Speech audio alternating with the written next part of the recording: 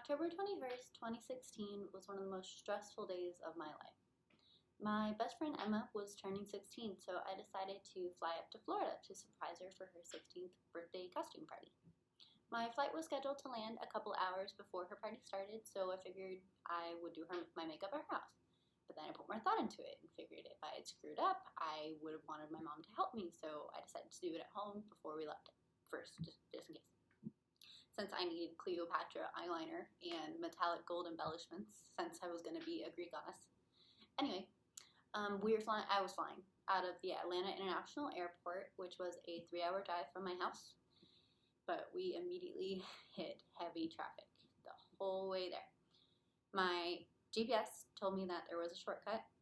We figured, why not? So we took the shortcut, and it was a mistake. There was so much more traffic because we took the shortcut. It took us through neighborhoods and through parks and over railroad tracks. By the time we could get back on the highway, we had we'd wasted so much time. But we decided to make the most of it. We got in the HOV lane and drove as fast and safely as possible. By the time we got to the airport, I had 20 minutes before boarding began, which means I had about 50 minutes until they closed my gates. I was really nervous because it was my first time flying alone. We had called the airline beforehand to see if my mom could go through security with me at least, just so I could get through, but they told us I would not be able to do that. So I grabbed my bag, hopped out of the car, ran inside, and had to look for Southwest. It's a really long hallway, so I walked all the way down to where Southwest was. And then I called my mom because I had never done this before. I wasn't sure how to use the kiosk, even though I've been through airports before now, and it's very simple. So I asked her for help on my whole check-in process. And then afterwards, I had to look for a sign for where security was. This particular sign said that there was like 2 securities. One was on the left, and the other was further down by like the food court-ish area. And so I asked a worker which one I needed to go to. Of course, he told me the one that was a much longer line. So I got in the end of the line, and I texted my mom and was like, hey, I made it to security, but I'm probably not going to make my flight, but I still made it. And I waited in line for 40 minutes, which surprisingly isn't that long for Atlanta security.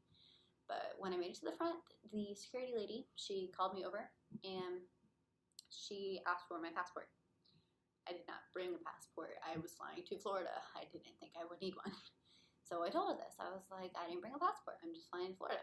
So she was like, okay, well, do you have a license? And I was like, I have my paper license. I just took my driver's test a week ago, so I don't have my plastic one yet, but is this okay? So she took it, and then she started asking me some questions to make sure, it was me. She asked me my name, my address, and then she was comparing it with my ticket, asking me where I was flying to and what day I was returning, all that stuff. After she deemed me okay, she sent me on ahead to security. So I threw my massive bag into the tray along with my goddess shoes, which are impossible to take off. I threw them in the basket and waited my turn to walk through.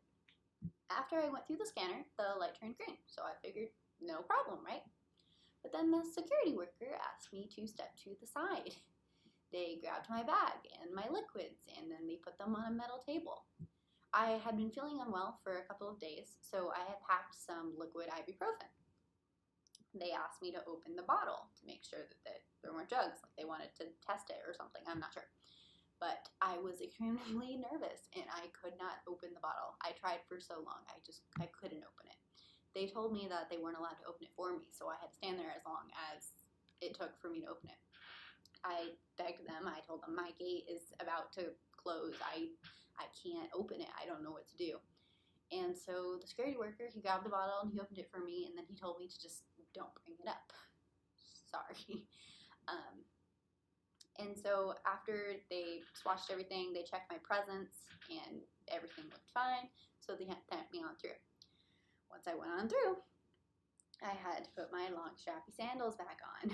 So these sandals that go all the way up my calves, wrap around like 100 times, they end up being this long. I don't know if you can tell. That's extremely long. It's really hard to put on, okay? So I slung my bag back over my shoulder, and I started walking towards where my terminal was.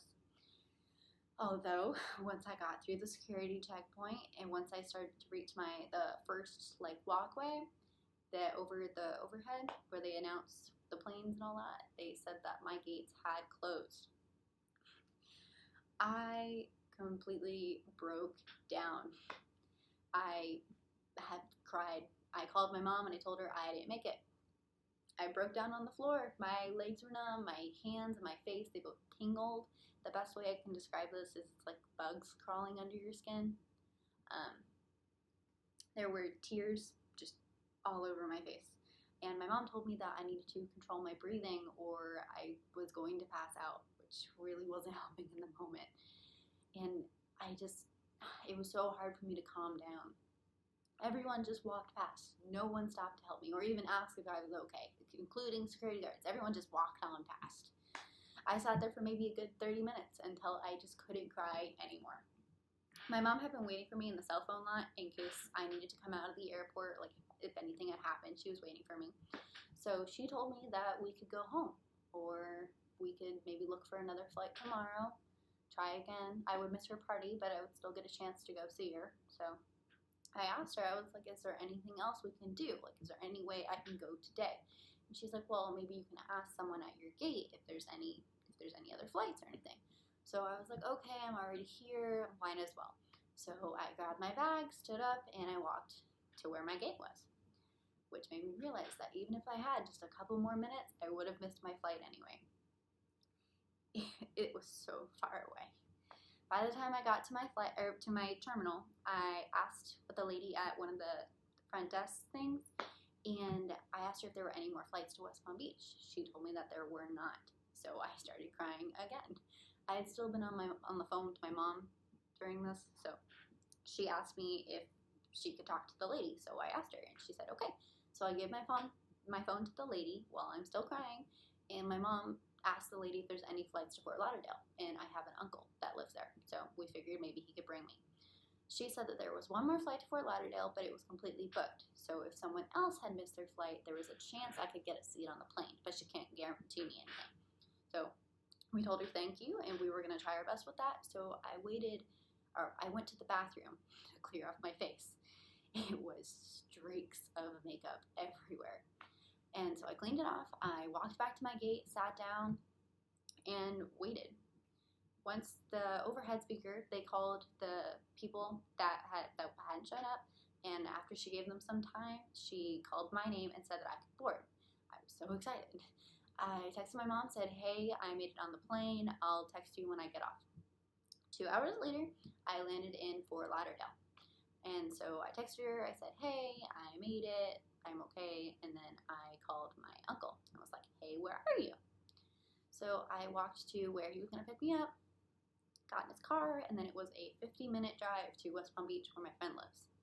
We stopped at a gas station beforehand so that I could change into my long dress.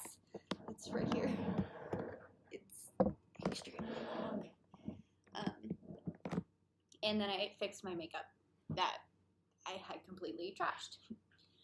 So we finished the drive, got to my friend's house. There was really loud music and there was lights everywhere. It was great. There was like 50 plus teenagers everywhere and the doors were wide open. So I just walked on in, and the first person I saw was my friend Emma's little sister, Grace. So Grace got her dad's attention, and then they both walked over to me and gave me a hug. Grace grabbed my bag, brought it up to Emma's room, and then her dad got Emma's attention. Once Emma saw me, she screamed and ran over and twirled me around like a scene from a movie. It was amazing. And it was one of the most stressful days of my life. Travel anxiety is still really huge for me, but it's a day I'll never forget, and it was worth it. It was the best 16th birthday present ever.